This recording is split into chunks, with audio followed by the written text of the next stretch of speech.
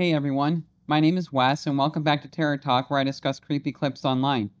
Just to set up clear expectations, this is a commentary channel on scary stories and weird stuff. So, if commentaries are a thing, you're in the right place. The original horror music at the end of my videos was composed by me. Now, let's get into it and have some fun. In June 2014, a 28-year-old German man named Lars Matank traveled to Varna, Bulgaria with a group of friends. They were on vacation, enjoying the beach town, the cheap drinks, and the nightlife. Lars was, by all accounts, a calm, quiet guy.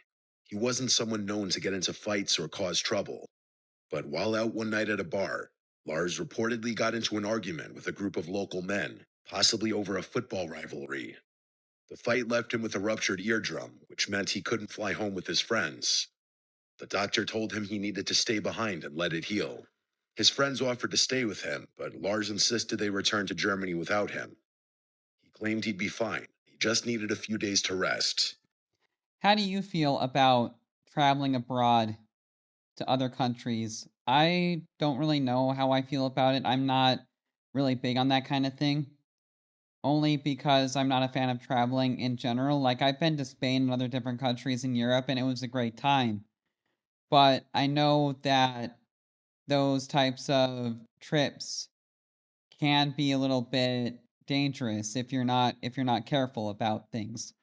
And that's why you always want to be in a group. Like, already this story is kind of going the direction of, oh, he stayed back behind in this country and let his friends go back. Like, I feel like it's always a good idea to be with your friends when you're traveling abroad, because good things never happen when you're by yourself on these trips. Like in all the horror movies and things like that, like even in the horror movies, bad things happen to groups in other countries. But definitely it's good to be in a group in another country. But what are your thoughts on traveling abroad? Have you ever had any creepy experiences? Let me know in the comments below. Alone in Bulgaria, Lars checked into a cheap hotel near the airport. What happened over the next few days remains one of Europe's most chilling disappearances. Lars began acting strangely.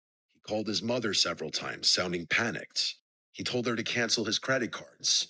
He said people were following him.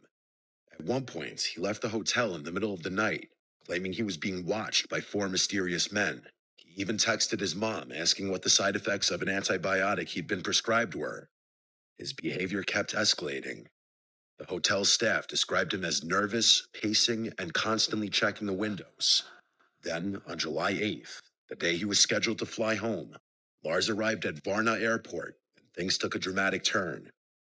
Surveillance footage from the airport shows him walking into the terminal calmly at first, but within minutes, he appears agitated. He's seen speaking to a staff member, then backing away nervously. Suddenly, without any visible trigger, Lars sprints through the terminal, dashes through the automatic doors, and runs at full speed across the airport parking lot, leaving behind his luggage, passport, and all of his belongings. The last known footage of him shows him vanishing into the trees near a construction site. No one has seen him since.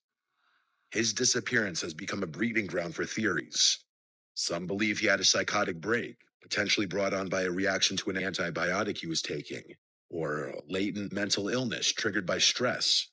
Others are convinced something more sinister was happening, that Lars was genuinely being followed or targeted, and whatever he encountered in those final moments was terrifying enough to make him run into the wilderness, barefoot and defenseless.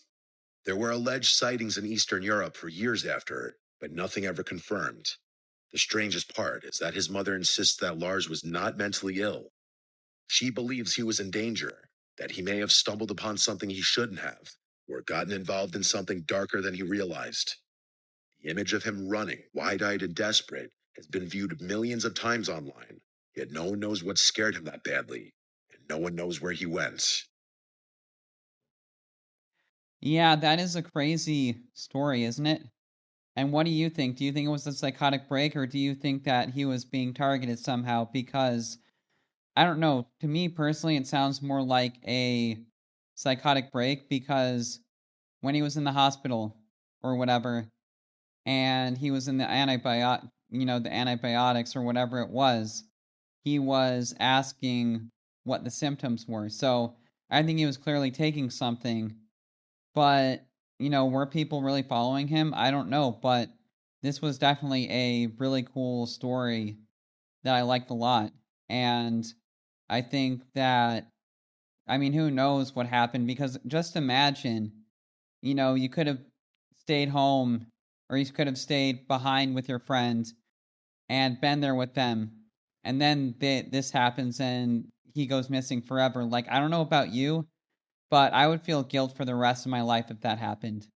So it is quite a sad story, but also really creepy and chilling at the same time. So let's hear the second one.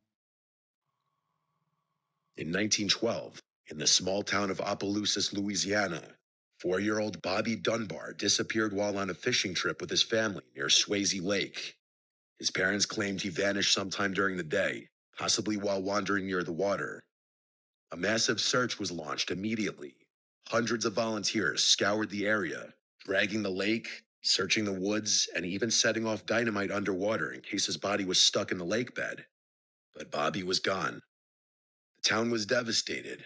For 8 months, his disappearance became a local obsession. Then, in early 1913, a boy matching Bobby's description was found traveling with a man named William Walters, a traveling handyman in Mississippi. Walters claimed the boy was the son of Julia Anderson, a woman who had entrusted the child to his care, but the Dunbars were convinced the boy was Bobby. Walters was arrested for kidnapping. The authorities arranged for a reunion between the boy and Bobby's mother. At first, the boy didn't recognize her. Witnesses later claimed she hesitated, unsure if the boy was actually hers.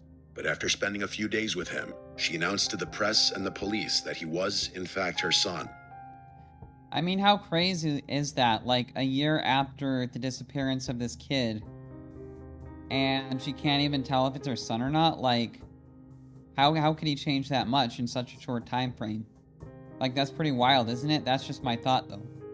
Let me know if you agree in the comments. Case closed, the newspaper said. Bobby Dunbar had been found, Walters was sentenced to prison, the boy was returned to the Dunbar family and raised as their own. But there was a problem.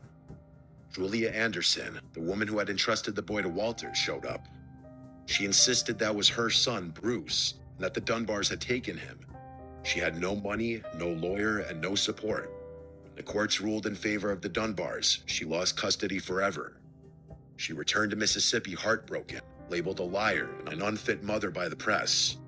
For decades, Bobby Dunbar lived under that name, unaware of any of this. But in the early 2000s, Bobby's grandson began investigating the family's history. Something didn't sit right. Eventually, the family agreed to a DNA test comparing Bobby's descendants to those of the Dunbars. The results shattered a century of belief.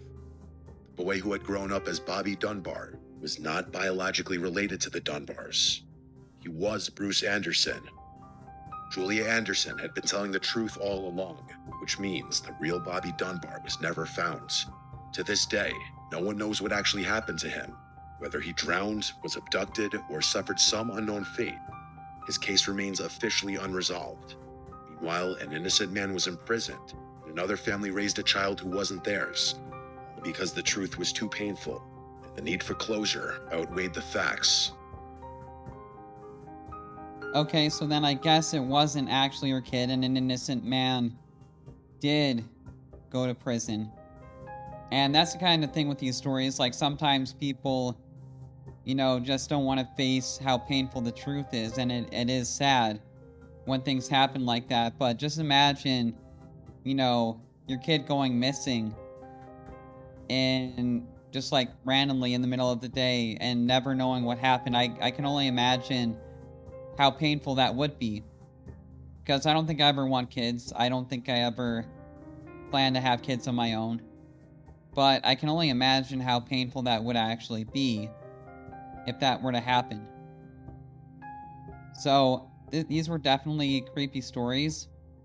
And I hope that you enjoyed my commentary and the music. And I will see you in the next video.